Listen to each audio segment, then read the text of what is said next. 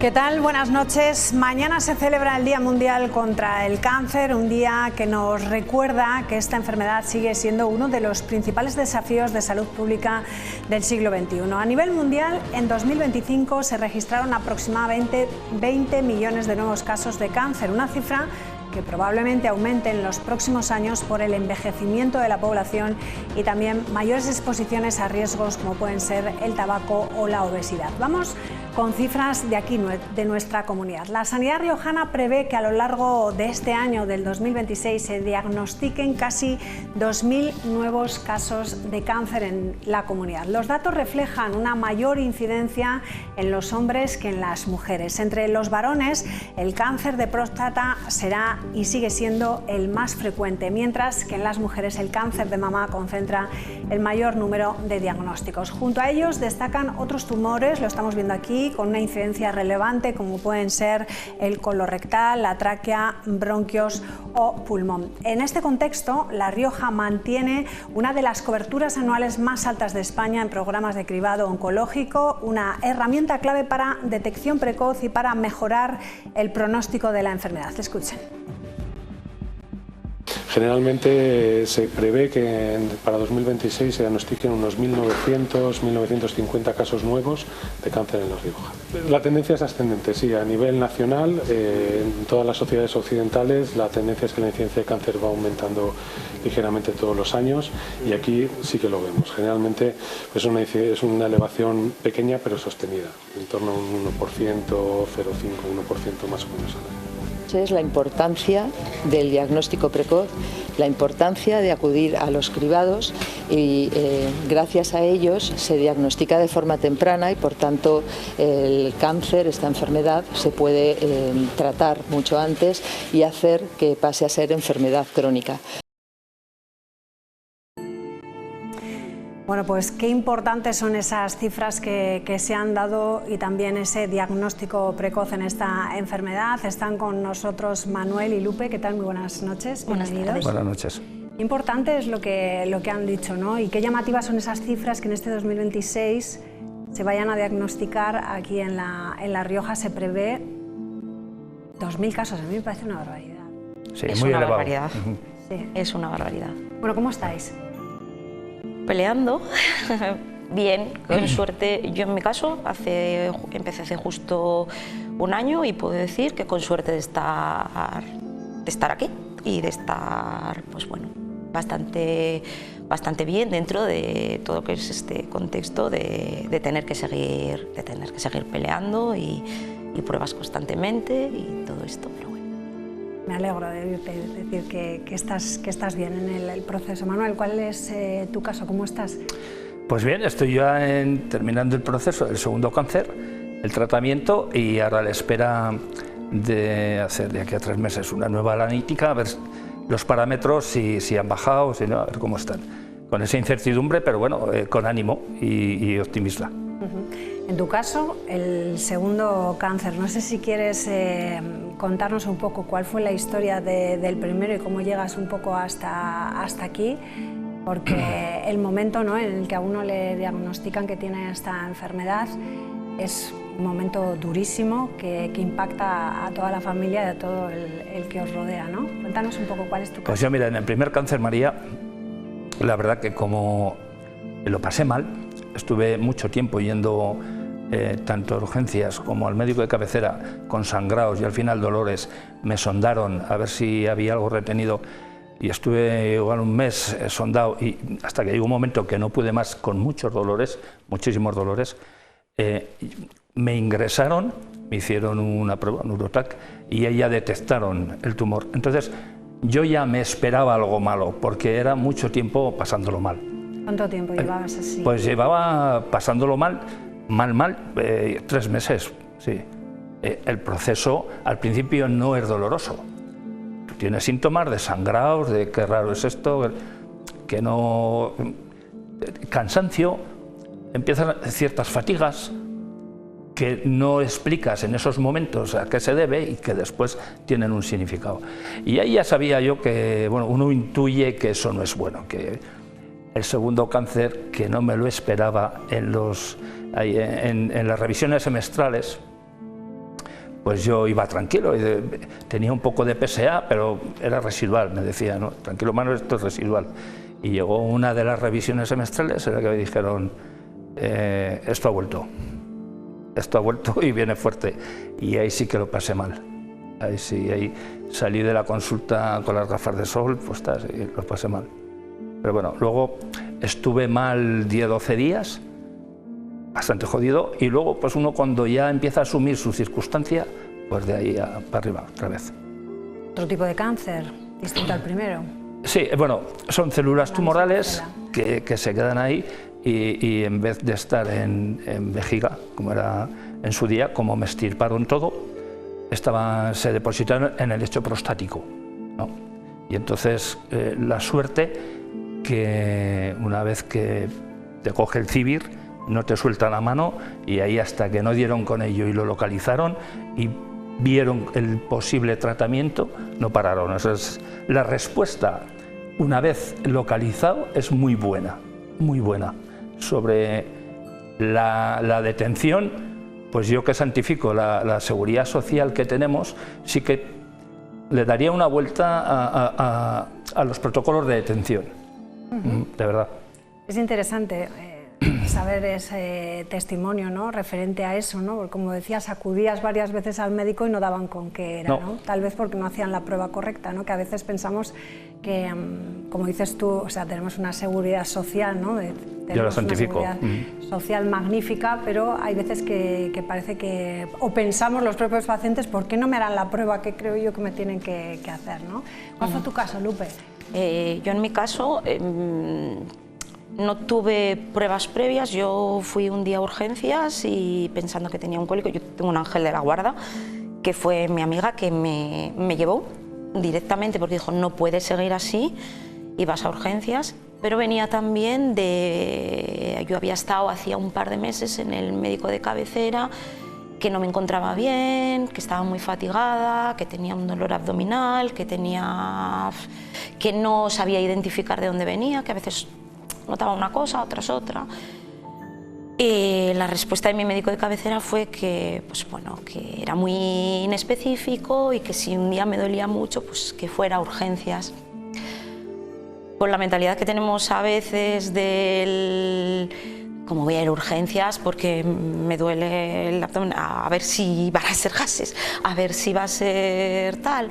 Y fui aguantando y pues dejé de tomar leche en casa. Digo, igual es que no lo tolero bien, no lo dijeron. Bueno, fui aguantando hasta que pasé un fin de semana, venía de pasar un fin de semana estupendo con mi familia, y volviendo en el autobús estaba que no me tenía, y mi amiga, que llevaba insistiendo en tienes que ir, no lo puedes dejar, pues me llevó a urgencias y bueno, pues tenía unos parámetros en sí bastante malos. Ya cuando llegué, pues la tensión disparada, la saturación tal, no podía respirar bien, o sea, estaba mal. Y nada, me hicieron directamente una analítica y al ver los parámetros de la analítica me metieron al escáner y ya me dijeron pues eso, que tenía un tumor de 21 centímetros en el abdomen, de origen ovárico,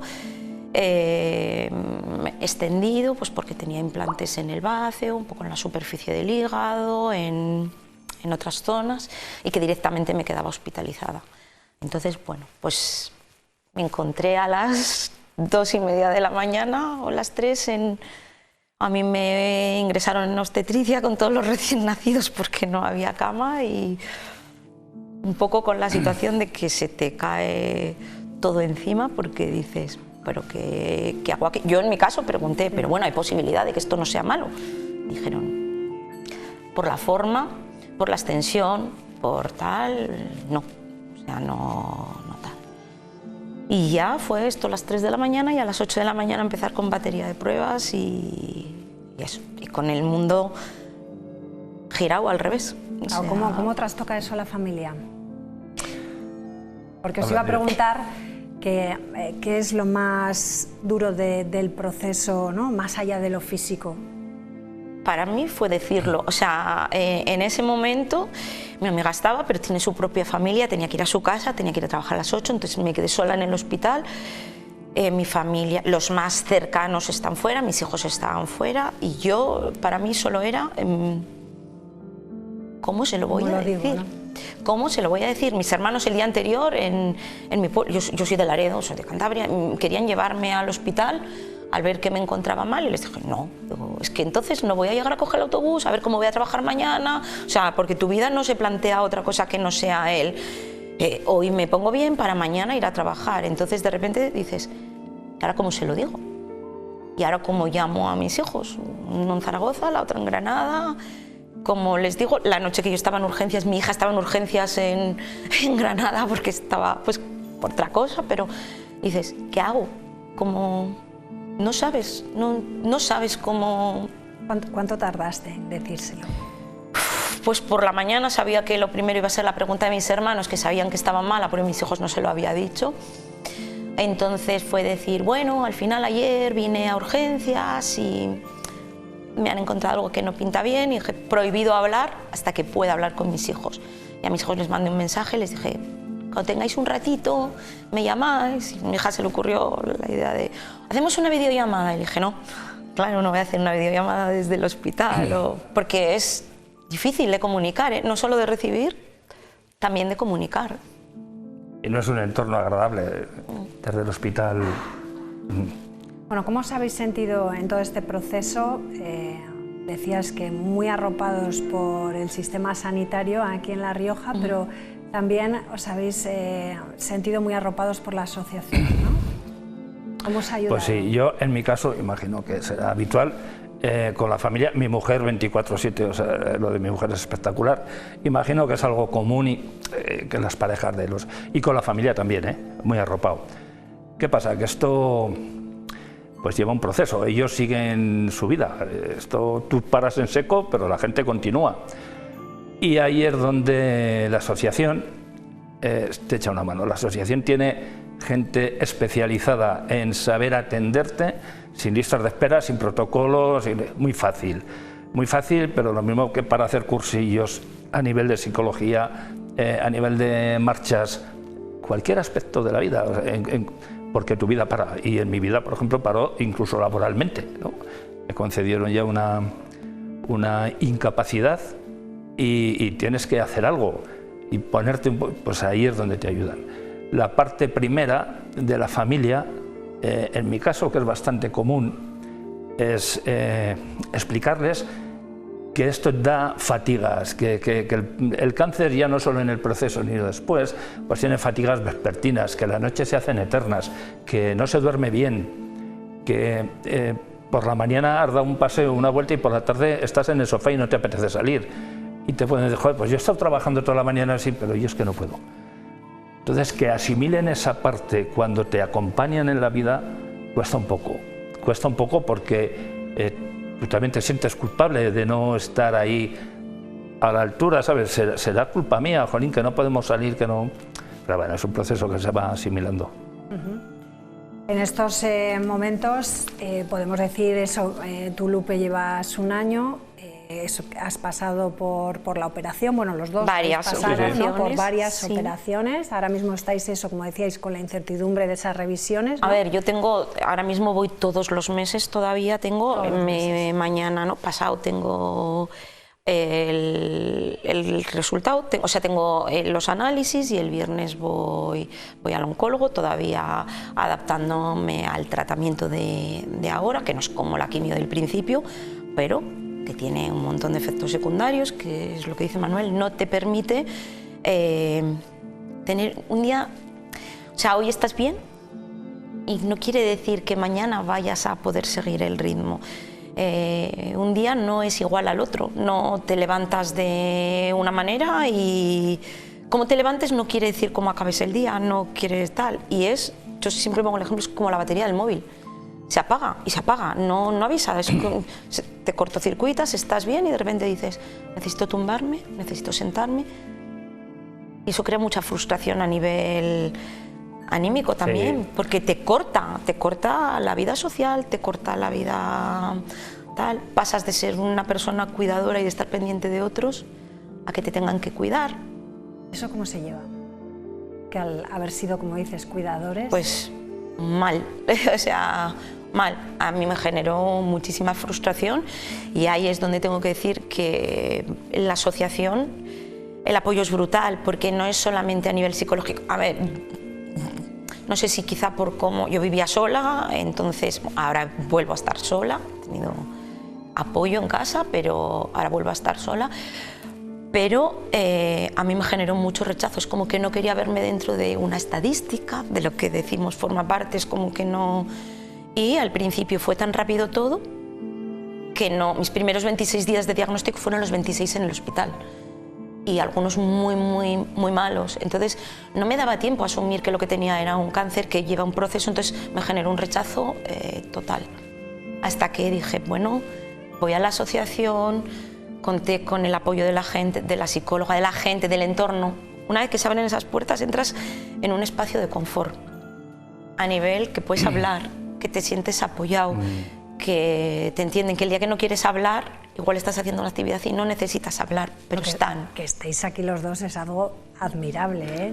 Hay una carencia natural en el ser humano que es lo que más nos fastidia es ser dependientes, es decir, tener a alguien dependiendo de que tú estés bien, a nivel de, por lo menos, a mí yo llevo aquí una bolsa y unos apósitos y mi mujer tiene que estar pendiente para cambiarme. Entonces, lo que más nos fastidia es tener a alguien pendiente de ti, aunque sea en ocasiones. Eso es lo que más fastidia. Y claro, eso cuesta asimilar y llevarlo con naturalidad, ¿entiendes?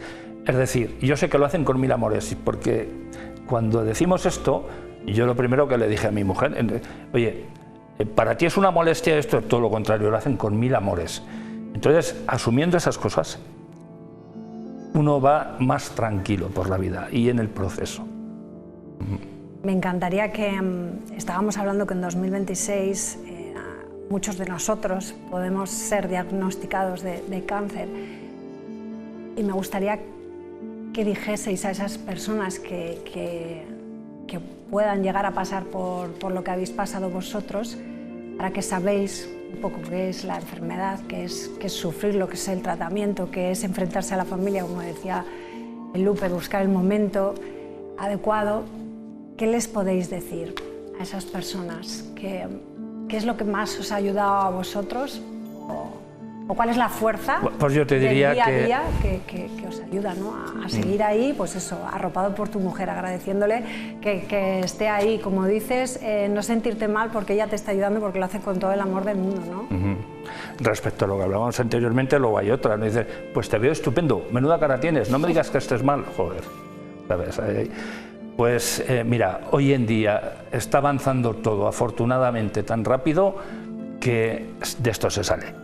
De esto se sale, o sea y que además, y yo insisto, como Lupe, que tenemos la suerte de tener una asociación, el cáncer, en la cual tienes un montón de puertas abiertas a la ayuda, sin protocolos, sin esperas, donde te escuchan, donde sí te apetece vas, si no, tienes cursillos, actividades, un montón de cosas. Con gente profesional y preparada para ello, para ayudarte. Exactamente, muy valiosos todos ellos. A mí me gustaría decir que nos tenemos que tomar en general, y a la gente nueva, porque te viene muy de golpe, que hay que tomarse, respirar y tomarse un tiempo para pensarlo, para aceptar, para frenar, claro, no te da tiempo a frenar, no tal. Entonces físicamente no puedes darte el tiempo para frenar, pero psicológicamente sí, o sea, lo necesitas. Entonces, que nos escuchemos un poquito, que intentemos aceptarlo, que no se marquen una meta de decir yo lo he pasado muy mal cuando estaba llegando el año, porque yo me puse la meta de decir 8 o 10 meses y se acabó. Pasan los 10 y ves que no llega, y cuando se está acercando la barrera psicológica del año, es decir, es que quiero, pero no puedo, es que necesito, pero no puedo, porque no solamente es querer hacer, es que necesitas hacer, necesitas estar bien, necesitas normalizar tu vida, necesitas tal. Yo tengo una madre que está enferma y me gustaría cuidar a mi madre y de repente he pasado de no solo no poder cuidarla y no poder ayudar a mis hermanos, a que me tengan que cuidar a mí y ser otra piedra en la mochila de los demás, que ellos no lo sienten así. Entonces también me gustaría dar no solo eso, sino respetar y dar el valor de los demás, porque no cambia tu vida en primera persona, pero cambia la vida de los que están a tu alrededor. Entonces, y que tenemos que dejarnos querer, o sea, querernos más y escucharnos, pero dejarnos querer y dar un tiempo para llorar, para enfadarte y luego para volver a levantarte. Siempre digo que cuando te dicen eres fuerte, valiente, yo digo, yo no me siento ni fuerte ni valiente, pero siento que no tengo otra hoja de ruta. No tenía otra hoja de ruta en ese momento. ¿Qué hacías? Es esto. Mañana esto. Pasado lo otro. Para mí el primer día de quimio fue una llorera total, porque no había asumido que entraba en esa etapa. Entonces de repente llegas y dices... Y no sabes lo que viene después. Entonces no poner unas expectativas muy altas, no poner unas expectativas muy altas. Ir disfrutando el día que te deja disfrutarlo, y el día que el cuerpo te dice te tienes que meter en la cama y descansar, no castigarte por ello y descansar. Exactamente. Y descansar. Manuel, ¿algo que querías añadir? Muy bien definido, pues que nos descolgamos un poco de la vitola de héroes o de qué valientes, porque sí, es que es algo que nosotros no nos colgamos, es decir, yo creo que un poco la valentía viene por instinto, es decir, esto se trata de vivir y caminar y transitar, sin más, y lo hacemos como podemos. Y el hecho de, joder, qué valiente, nosotros no nos arrogamos esa vitola. Por instinto te sale el tirar para adelante y el luchar, pero no porque vaya premeditado, no es así. Pues Manuel, Lupe, muchísimas gracias por estar con nosotros, que vaya todo muy bien. Llamaré para preguntar por vosotros. Y nada, eso. En estos casos, ¿qué es lo que no hay que decir? Porque decías antes, no me gusta que me digan no sé qué. Yo no voy a decir ni ánimo ni nada, sino que vaya todo. Yo voy a decir dos bien. cosas. Sí. El ánimo, que es lo que nos sale a todos. A mí la primera que me sale, llega un momento que tal, y cuando te dicen paciencia, digo, ¿dónde se compra? Porque no hay un sitio donde es difícil, pero bueno. Bueno, pues yo creo que vuestro testimonio habrá sido muy válido para todas esas personas que estén... Yo por último, María, agradecer a la oportunidad que nos das en tu espacio y en esta emisora de poder dar testimonio y hacer visible una enfermedad que cada vez es más común, que cada vez además viene con unas estadísticas superiores y excesivas, y tú nos has dado un protagonismo ahora que agradecemos. Daría más. Y siempre agradecer a toda nuestra red de apoyo, que es la asociación, toda la sanidad que tenemos aquí, que es brutal, y a todos los que cada día ponen el granito de arena para estar cerca de nosotros, dándonos un mimo, haciéndonos sacar la sonrisa y ayudándonos a levantar. Hacemos ese lanzamiento de agradecimiento a todos ellos. Gracias. Buenas noches a los dos. Igualmente, María, gracias. Nos vamos a publicidad. Regresamos enseguida con la tertulia. Hasta ahora.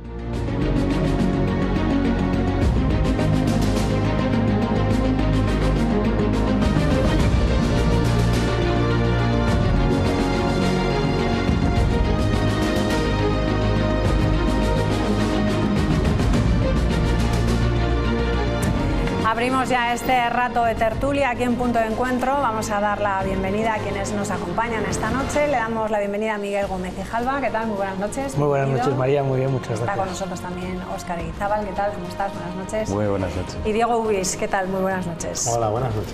Bueno, vamos a comenzar hablando por ese anuncio que conocíamos esta mañana, las organizaciones profesionales agrarias van a llevar sus protestas a Logroño, lo van a hacer el 11 de enero y el 11 de febrero, después de que la semana pasada lo hiciesen por diferentes puntos de La Rioja. UAGR, COAG, UPA La Rioja y Araja Saja continúan con las movilizaciones iniciadas la semana pasada, con tractorada y con cortes de carreteras en 5 puntos de La Rioja. Llegan así ahora a la capital riojana, lo harán a partir de las 9 de la mañana en 2 puntos distintos. El primero en la delegación del Gobierno para llegar al Ministerio de Agricultura del Gobierno de España y segundo al Parlamento de La Rioja para trasladar las peticiones a los parlamentarios regionales y que así puedan hacerlas llegar a Bruselas. A los 5 puntos que realizamos la gente tenía el mismo sentir, la gente pues prácticamente ya está agotando ya sus últimos recursos y lógicamente pues eso fue un poco el lema de que estábamos pues hasta los mismísimos, ¿no? Uno en delegación de gobierno y otro en una marcha por Portales hasta el Parlamento de La Rioja, que es la sede de la soberanía de todos los riojanos y donde están representados todos los grupos políticos que tienen también voz en Europa. Se pueda paralizar ese acuerdo Mercosur sin reciprocidad, que se incremente el presupuesto de la PAC y una PAC que tenga identidad y personalidad propia y por último, respecto a la rentabilidad, hay que tomar medidas eficaces, como puede ser, por ejemplo, en el sector vitivinícola, poner en marcha cuanto antes la medida de arranque de viñedo con fondos suficientes. Bueno, pues todos quedábamos pendientes la semana pasada y preguntábamos que por qué no habían llegado a Logroño, como se hicieron las anteriores tractoradas, y al final dijeron que iban a seguir con las movilizaciones. Diego, llegarán a Logroño, bueno, eso, delegación de gobierno. A mí me extraña por qué no están, luego, seguro que Miguel tiene más información, pero por qué no están todos los días en la calle, ¿no? Aquí sobre el campo y sobre los agricultores y ganaderos llueve sobre mojado, lo sabemos. Yo creo que los acuerdos arancelarios per se no son malos, pero sí que al menos Europa debería garantizar que se juega con las mismas reglas, ¿no? Que las reglas del juego son las mismas para los productos que vienen de fuera como para los propios. Y creo que además el campo, cuando ha sufrido palo tras palo y vemos que hay leyes, como la ley de la cadena alimentaria, que no se cumple, y los productos que nuestros agricultores ponen tanto esfuerzo y tanto les cuesta cultivar, al final no se pagan al precio que deberían, pues yo entiendo ese malestar y entiendo esas reivindicaciones que hacen. Y sobre todo lo que digo, si haces unos acuerdos arancelarios que pueden estar bien, pero son productos que no van a competir en igualdad de condiciones, pues creo que eso, pues lógicamente, aumenta el enfado y lo que me extraña es lo que he dicho al principio, que no estén todos los días en la calle. Bien. Sí. Bueno, yo me voy a extender muy poquito, pero bueno, por diferenciar yo creo que aquí hay 3 aspectos diferentes. Por un lado, lo que es la protesta organizada en estos momentos, la concentración o la tractorada, como se llama ahora. Yo creo que a raíz de una que hubo verdaderamente espontánea en el año 86, y ahora yo creo que se mal utiliza ese nombre, pero bueno, eso ahí. Por otra parte, lo que serían las políticas de la Unión Europea, que yo creo que afectan a los agricultores, y la situación del campo en general. Yo creo que son 3 cosas totalmente diferentes. Como dice Diego, efectivamente, ¿los agricultores tendrían que estar todo el día en la calle? Sí, tendrían que estar todo el día en la calle, pero no va a servir absolutamente para nada. Y no va a servir para nada porque quienes tienen que ser la voz de los agricultores, que son las organizaciones agrarias, o deberían de serlo, son uno de los problemas que tiene el campo riojano. Esa es la realidad. Es dura, pero hay que decirlo así. ¿Por qué? Porque las organizaciones agrarias se ven beneficiadas de las desgracias que se sufren en el campo riojano. Ejemplos. Si hoy en día quieres solicitar una reestructuración, tienes que hacerlo a través de una organización agraria, porque si no, no tienes los puntos suficientes para que te den la reestructuración. Te cobran, lógicamente, por ella. Si hoy quieres hacer los riesgos laborales de temporeros, tienes que hacerlo a través de organizaciones agrarias. Te cobran, lógicamente, por ellos. Hasta ahora ese trámite, o hasta hace 5 o 6 años, ese trámite se podía hacer directamente en la Seguridad Social. Ahora no. Si quieres hacer también otro tipo de altas, tienes que hacerlo a través de las organizaciones agrarias. ¿Quieres hacer la declaración de la PAC? Tienes que hacerlas a través de las organizaciones agrarias, y todo ello cobrando. ¿Quieres pedir una subvención? Tienes que pedirlas a través de las organizaciones agrarias, porque te dan 35 puntos más que si la pides de forma individual, que además el sistema no está pensado para que lo puedas pedir de forma individual, y entonces no recibes la subvención. Tienes que hacerlo a través de ellos y lógicamente te cobran. Ese es el verdadero problema. Decimos, hay que reducir la burocracia, hay que dotar de más fondos. hay fondos, hay muchos fondos. Yo creo que el ciudadano que lo oye, y aquí hablo como afectado en primera persona, pero entiendo al ciudadano que oye eso y dice, bueno, pero que es que al campo en los últimos 5 años ha destinado Europa 450.000 millones de euros, que es verdad, o sea, que eso es verdad, pero es que al campo no llega esa cantidad de dinero. Esa cantidad de dinero se va quedando por el camino. Son en cursos de formación que dan determinadas organizaciones, en este caso no son las agrarias. Cuando antes se habló de las organizaciones agrarias, tampoco me refiero solo a ellas, es a otros tipos, a otros colectivos, pero son diferentes organizaciones que están montadas para nutrirse de ese sistema. Y no llega al campo, la realidad es que no llega al campo eso. Luego hay otra circunstancia.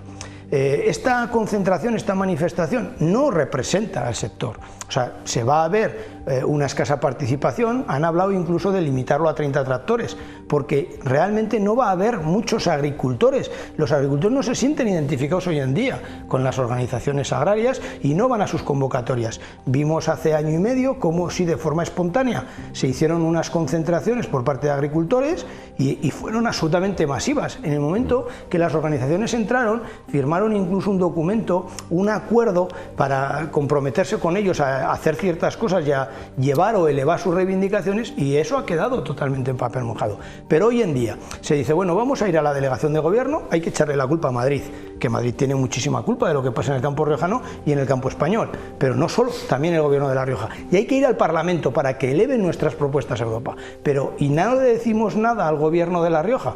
Los agricultores de base quieren decirle también al gobierno de La Rioja por qué es necesario llevar un contrato de arrendamiento y liquidarlo y pagar los impuestos cuando le quieres o cuando quieres poner a tu hijo como un cultivador. ¿Por qué tengo que gastarme como mínimo 10.000 euros para poder acceder a una subvención de las que tanto nos anuncias? ¿Por qué no haces absolutamente nada para que pueda hacer las altas a la Seguridad Social directamente? Todo eso es del gobierno de La Rioja, las inspecciones de trabajo que sufren también los agricultores, las medidas o el fomento que se da al asesoramiento.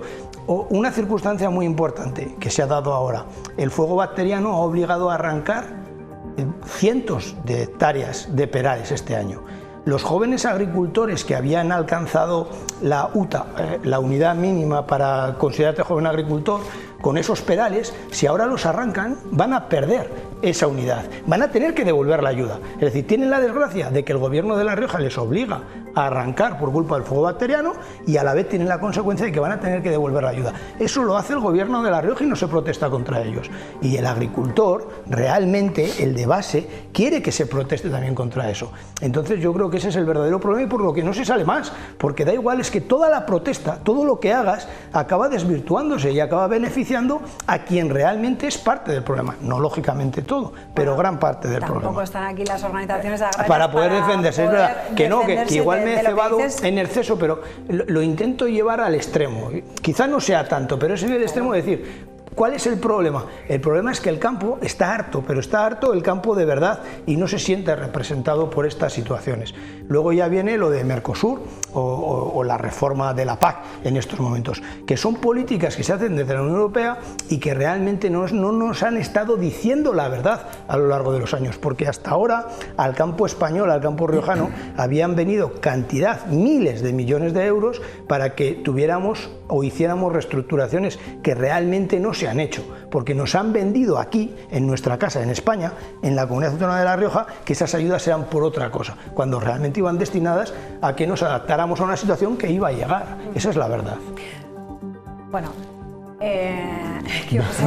muy breve. Después del speech largo que nos es que cualquiera dice algo después de Miguel.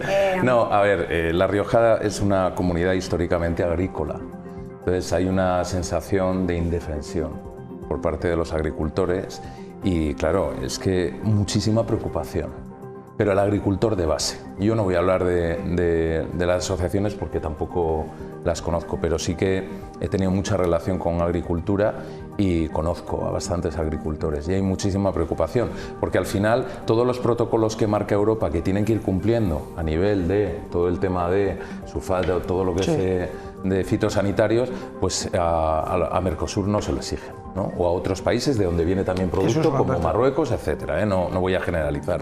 Entonces hay mucha preocupación y hay muchos que tiran la toalla hartos de pues eso, imposiciones, de tener que tal, de no sé qué. Entonces, hay un poco de decepción en el campo. Yo hablo de la parte de Rioja Baja, como bien sabéis, pero por la parte de Rioja Baja hay una sensación de decepción total, con unos y con otros. Sí, porque además la Rioja Baja yo creo que ha tenido el problema de que ha tenido ya que adaptarse demasiadas veces. La Rioja Baja entra al carro del viñedo, no voy a decir tarde, ha tenido unos años buenos, pero no era un cultivo mayoritario como lo es ahora, y para cuando las fincas o las viñas son productivas viene el bajón. Lo tuvo en su momento con la verdura, son grandes extensiones, es muy diferente también la configuración agrícola de la Rioja Baja de la Rioja Alta, y es verdad, yo estoy ahí con Óscar, en la Rioja Baja se sufre, yo creo que se sufre especialmente y más en silencio. En la Rioja Alta el problema es grande porque había prácticamente un monocultivo, quitando la zona de Santo Domingo, que sí que eran otro tipo de cultivos, pero el monocultivo de la viña, y en estos momentos está francamente mal. Entonces es verdad que el golpe está siendo muy gordo, pero en la Rioja Baja yo creo que son sufriendo sobre lo sufrido, ¿no? A mí déjame romper una lanza a favor de las organizaciones agrarias. Yo creo que tienen su razón de ser en cuanto a poder aglutinar y reivindicar, ¿no?, lo que el campo necesita. Y además tiene sentido también pues a la hora de ofrecer formación, como tú dices, a la hora de hacer esos trámites, de facilitar burocracia, que muchas veces el agricultor bastante tiene cuando dedicarse al campo como para estar de gestor de muchos temas. Yo creo que está muy bien, pero hay que recordar que las organizaciones las componen los agricultores. Son los agricultores, y no se sienten representados con sus organizaciones, los que tienen que luchar para que eso cambie. Totalmente. Y creo que si hay esa desafección, los primeros que tienen que en casa luchar, dentro de esas organizaciones, son los propios agricultores. Es decir, oye, esta gente que ha creado una estructura burocrática que nada tiene que ver con lo que es el campo y con lo que nosotros sentimos, pues vamos a intentar cambiarla, ¿no? Y creo que tiene mucha razón de ser, ¿eh? Y creo que es la forma de llevar reivindicaciones que de otra forma sería imposible. No, estoy totalmente de acuerdo, son absolutamente necesarias, ¿eh? Sí. Por eso digo que yo lo llevo al extremo tratando de explicar por qué el agricultor no está más en la calle y por qué está realmente también harto, incluso porque ve que todo lo que pueda decir cae en saco roto. Pero aun siendo necesarias, una de las personas que ha salido reclamando el arranque de viñedo era director general del Gobierno de La Rioja cuando se estaban dando los derechos de plantación hace 10 años. Y ahora le echa la culpa a Madrid porque no concede recursos para el arranque de viñedo. Dices, pero a lo mejor hace 10 años no es la misma situación que ahora. Tardan 5 años en producir las viñas, ¿eh? 5 años para que te den derechos. Yo he sido muy crítico cuando no puedes trabajar, a corto plazo. Tienes que ser ambicioso. Hace unos años que había un debate muy grande de lo que quería ser Rioja, de dónde iba a ir Rioja, de vinos de calidad. Se estaban dando rendimientos por encima del 100%. Y no hace tantos años, ¿eh? Sí, claro. Bueno, ya hace años, por encima del 100%. Entonces, ya estamos hablando de no podemos, en ese momento a todos nos venía bien, ahí estamos hablando. Y ahora no nos viene tan bien. No, es que yo creo que el debate llega tarde. Ahí ya el debate se tuvo que plantear antes y primó intereses económicos por todas las cosas. Esos rendimientos, estamos hablando del año 2005-2006. No. Ya ha llovido, ¿eh? Ya ha llovido desde los. Estaba yo en el Parlamento y se dieron rendimientos en Rioja Baja por encima del 110%. El 110%, pero ese margen lo sigues teniendo. O sea, quiere decir que ese margen, ese 10%, siempre se da de forma extraordinaria. Pero igual no tenía sentido. Si queríamos ir a otro modelo y si queríamos primar otras cosas, igual. Y claro, es que el sector. Bueno, claro, no lo tenía, claro que no lo tenía. El sector muchas veces reacciona tarde. Este debate ya lo hemos tenido en otras ocasiones. El sector va muy atrás porque, claro, al final estamos lastrados por las modas de consumo, por lo que se consume, por los mercados, porque ahora abren, ahora cierran, ahora se consume más. Entonces, el sector no es ágil a la hora de reaccionar. Entonces, yo creo que hay ciertos debates que se tuvieron que hacer en otros momentos. Claro. Venga, pues vamos con otro debate, el que ha planteado Pedro Sánchez, que ha anunciado 5 medidas para reforzar el control de las redes sociales y plataformas digitales. Entre ellas, ha destacado que los ejecutivos de las plataformas serán legalmente responsables de los contenidos ilegales o de odio que no retiren, pudiendo afrontar incluso una responsabilidad penal. También se va a penalizar la manipulación de los algoritmos y la amplificación de contenidos ilegales. El Gobierno creará una huella de odio y polarización, una herramienta para medir cómo las plataformas fomentan la división y el odio, que servirá de base para futuras sanciones. Y otra de las medidas es la prohibición del acceso a redes sociales a menores de 16 años, obligando a esas plataformas a implantar controles de edad efectivos. Por último, se va a impulsar también la investigación de posibles delitos en plataformas como Grok, TikTok e Instagram, en colaboración con la Fiscalía. Spain will ban access to social media for minors under the age of 16. Platforms will be required to implement effective age verification systems, not just checkboxes, but real barriers that work. Today, our children are exposed to a space they were never meant to navigate alone. A space of addiction, abuse, pornography, manipulation, violence. We will no longer accept that. We will protect them from the digital Wild West. Venga, vamos con este anuncio que, como decimos, ha generado también tensión política, porque Sumar dice que no se debían de haber metido ahí, porque es una cosa de un ministerio que llevan ellos, el de Infancia, y luego el Partido Popular, que también piensa que es una iniciativa de ellos. Profesionalmente, ¿qué te parece? Pues a mí esto me parece una barbaridad. Para empezar, que el presidente del gobierno se tenga que ir a otro país a hacer un anuncio grandilocuente de una supuesta o presunta, porque esta no es la primera vez que se habla de esto. El 4 de junio del año 2024 se sacó una ley para el menor, supuestamente de entornos digitales, donde ya se pretendía regular la edad de los menores por debajo de los 16 años. El 25 de marzo del 2025 se sacó el PIN parental, no sé si recordáis también, para controlar a los menores. Y por último, el 10 de septiembre del 2025, pues aumenta el acceso a redes sociales otra vez a los 16 años. A mí es muy difícil controlar, ponerle puertas al campo, haciendo alegoría al punto anterior. Es muy difícil controlar a las tecnológicas. Yo siempre he defendido en este debate que detrás de cada perfil de redes sociales tiene que haber un control y un DNI, pero no se le pueden poner puertas al campo. Yo lo que creo que es una bomba de humo más del gobierno, de escape y de anuncios que pueden crear pues enfrentamiento entre sus socios, que ya lo hemos visto otras veces, enfrentamiento con la oposición, y generar un debate totalmente estéril, porque es muy difícil controlar. Hacer una verificación de seguridad de un menor con un teléfono tendría que hacer o una grabación de vídeo o una foto. Ya entramos en la protección de datos. ¿Cómo vas a regular eso? Para poder verificar que el menor, y claro, hay menores que tienen una apariencia que pueden parecer adultos, con lo cual el reconocimiento facial ahí te va a fallar. Por otro lado, España es un país de picardía y picaresca total. ¿Qué vas a meter? ¿Un DNI?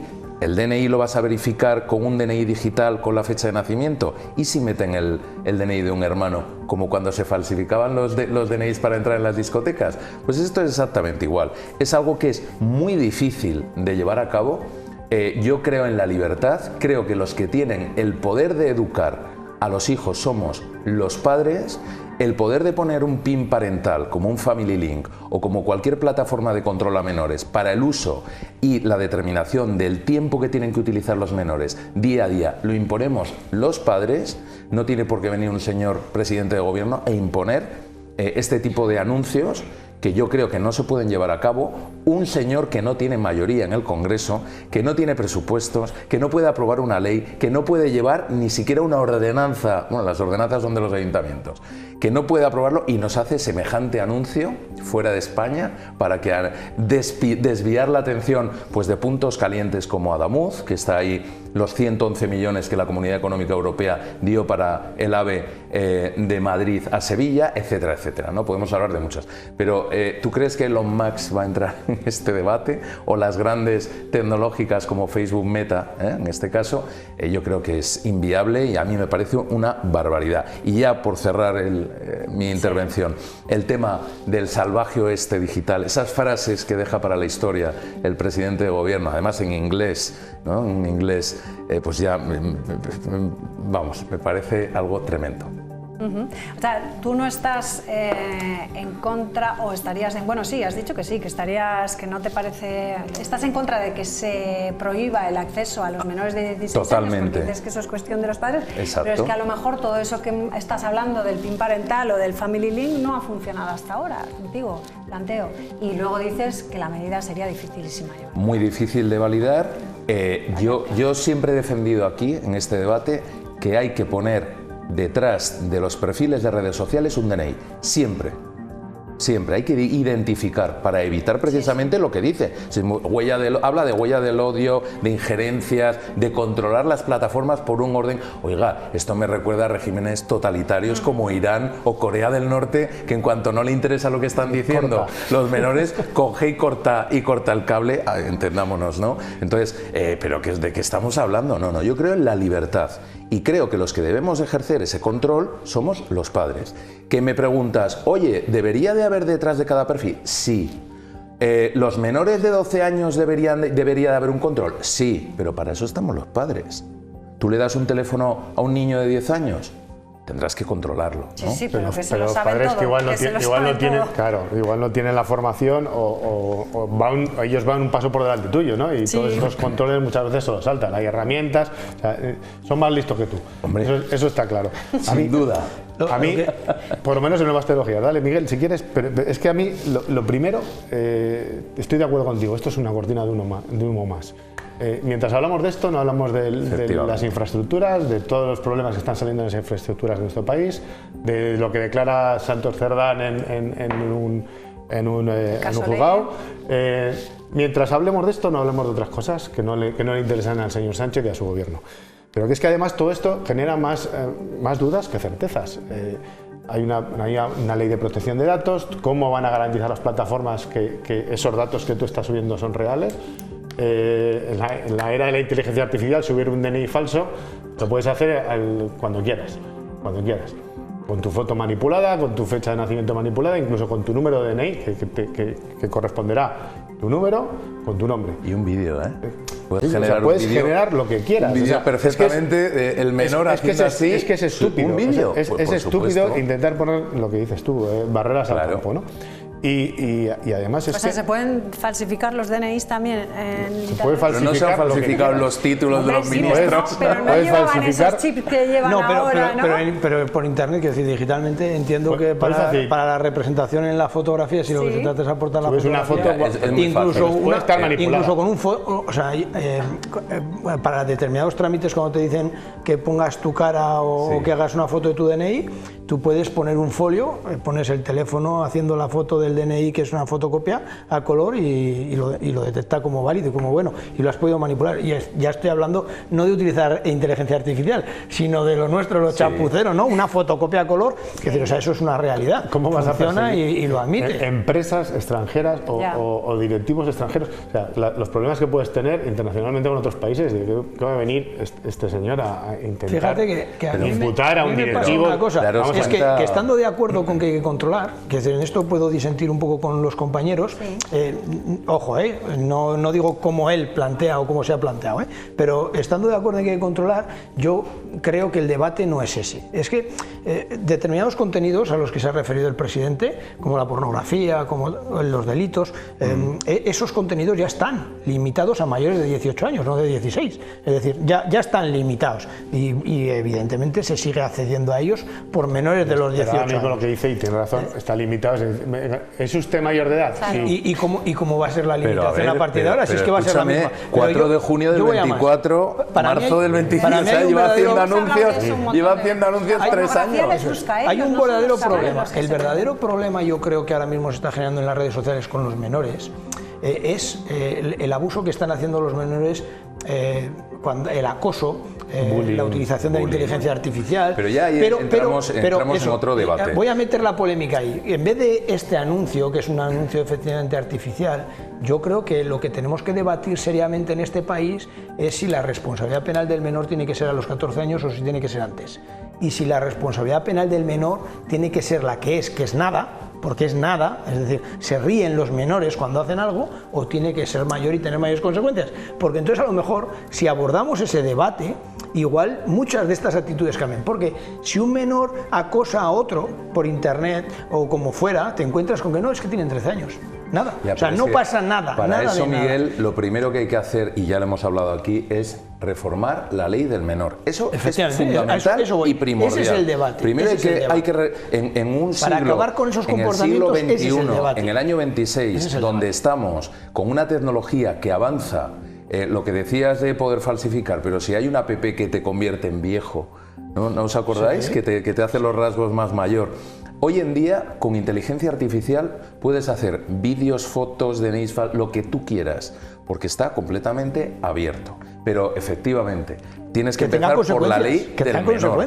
Y claro, tú imagínate una base de datos como los DNIs de España, ¿cómo tú le vas a dar acceso a Meta a los DNIs para conectar con el certificado digital para que pueda acceder? Y sería una barbaridad, y sería una barbaridad que puedan asociar DNI a nombre, apellidos y contenido. O sea, ¿quién es el Estado? ¿Quién es el Estado para controlar? No, eso. O sea, es que eso es una barbaridad. Es que eso sí que es una intromisión en toda regla. Es decir, para mí la clave, si queremos cortar determinados comportamientos, es que tengan consecuencias. Si los comportamientos no tienen consecuencias, no los vamos a cortar. Da igual. Ya harán otra cosa, porque como no va a tener consecuencias, y yo creo que está ahí el verdadero debate. Yo voy a poner un apunte ahí a lo que estás diciendo, porque hace poco también dijeron de bajar la edad del voto a los 16 años. Acordaros, recordar que también te puedes cambiar de sexo con 16 años o incluso puedes abortar, pero te quieren limitar las redes sociales por debajo de 16. O sea, es todo un sinsentido. Venga, vamos a ver qué se nos ocurre hoy para echar una bomba de humo y que no se hable efectivamente de los casos de corrupción, etcétera, etcétera. Pero con 14 años puedes tener permiso de armas. Pues no te estoy diciendo. Es que con 14 años es legal tener permiso de armas, es legal tener permiso de ciclomotor, es decir, vas con un vehículo a motor, vas con un arma de fuego y no puedes acceder a una red social. En ese mensaje se han mezclado muchas cosas, claro. ¿No? Quiero decir, porque por un lado tenemos lo de la pornografía a la que acceden los niños, que pero es lo que ha dicho, es como ha lanzado el mensaje. Las redes sociales que les buscan a ellos, que no son ellos los que les buscan, que es importante. Y luego los delitos de odio, ¿no? Claro. Cuantos más puntos, más polémica. Tú fíjate, si el presidente de gobierno hubiera dicho vamos a limitar las redes sociales, el acceso a los menores de 16, ¿cómo lo vamos a hacer? Vamos a hacer una conexión digital con el DNI electrónico que van a ser los menores que de 12 a 16, lo dejas ahí. Ya se genera polémica, pero 5 puntos ni más ni menos. Que si pornografía, ha metido todo en la coctelera. Desbloquear la ley del menor en entornos digitales que está en el Congreso parada. Claro, pero y no tiene una mayoría. Alianza con otros países para ver cómo estudiamos esto. Hasta ahí. Y todos hubiéramos estado de acuerdo. No hay polémica. Y no te olvides que falta Europa también, ¿eh? Europa también tiene algo que decir en esto. Comportamientos que tengan consecuencias y para cortar esos comportamientos. Yo en eso estoy de acuerdo. No nos ha dado tiempo de hablar del Consejo de Ministros tras el rechazo del Congreso al decreto ómnibus de la semana pasada. Hoy se han aprobado esos 2 decretos, se van a hacer por separado, uno de las pensiones y otro de los desahucios, iba a decir, de los bonos sociales. Y el bono energético, ¿Qué os parece? Brevemente, 1 minuto para cada uno. Es muy fácil, o sea, al final a buscar a los de siempre, a Junts y al PNV para que le aprueben los decretos, enfadando una vez más a socios del gobierno, en este caso a Podemos y a Sumar, que dice que hay competencias que igual son suyas, de vivienda y demás. Entonces, veremos a ver lo que pasa, ¿no? Pero en principio contentar a unos y enfadar a otros, y en ese equilibrio siempre filibustero y que nos tiene acostumbrado el presidente del gobierno. Que el puzzle, ¿no? Decían, se complica el puzzle, ¿no? Con esta... Bueno, yo creo que no, como tiene más vidas que un gato, yo no sé cómo lo hace. Estando de acuerdo con lo que dice Diego, la presión de sus socios, porque decía que, se han rectificado en 7 días, decían que no se podía modificar el decreto, que los 2 ministros, ni más ni menos, dijeron que no se podía dividir, que era imposible. Presión de socios y lo trocean otra vez a placer de los socios, pero ahora tenemos a Junts por un lado que dice que sí, pero Podemos dice que ni hablar. Entonces, ¿Qué nos va a costar a los españoles esto? Porque al PNV seguro que ha sacado su rédito político, Junts sacará lo suyo y Podemos a ver qué saca, a ver lo que nos cuesta a todos. Vamos a ver la semana que viene. Yo creo que esto debiera de haberse hecho desde el principio, que se ha buscado no hacerlo y se llevó todo en uno precisamente para generar un debate político y tratar de culpar al adversario, porque sabía que no contaba con el beneplácito, y soy especialmente crítico con las cuestiones que se aprueban respecto a los inquilinos que no pagan las rentas. Entonces, yo creo que un propietario tiene derecho a que le paguen la renta, que para eso pone un piso a disposición. Y o me pagas o te vas. Y si el Estado quiere protegerlo, que lo veo bien, porque se dan las circunstancias para que haya que protegerlo, pues que sea el Estado el que ponga el sistema, pero que no sea a costa del propietario. Bueno, ahora han lanzado que serán los servicios sociales, por ejemplo, con ese pacto que ha cogido con el PNV. Una solución habitacional, las comunidades autónomas que no tienen recursos. Pero para el propietario, muchas veces capacidad. Como si no tuvieran competencia. Pero para el propietario o pagas, para el propietario es fácil. Totalmente. O me pagas o te vas. Y si tienes un problema, que entiendo que lo puedas tener, para eso están el Estado con todos los resortes que tiene, para que te hagan que tienes derecho a la solución. No tiene capacidad, para dar soluciones habitacionales. Pero tiene que ser a costa del propietario entonces, claro. Pues bueno, la polémica está sobre la mesa. Otra más. Esto es un debate muy bueno para otro día. Venga, otro día lo hablamos. Gracias a los tres, un placer como siempre. Les dejamos ya con valor añadido. Adiós, buenas noches.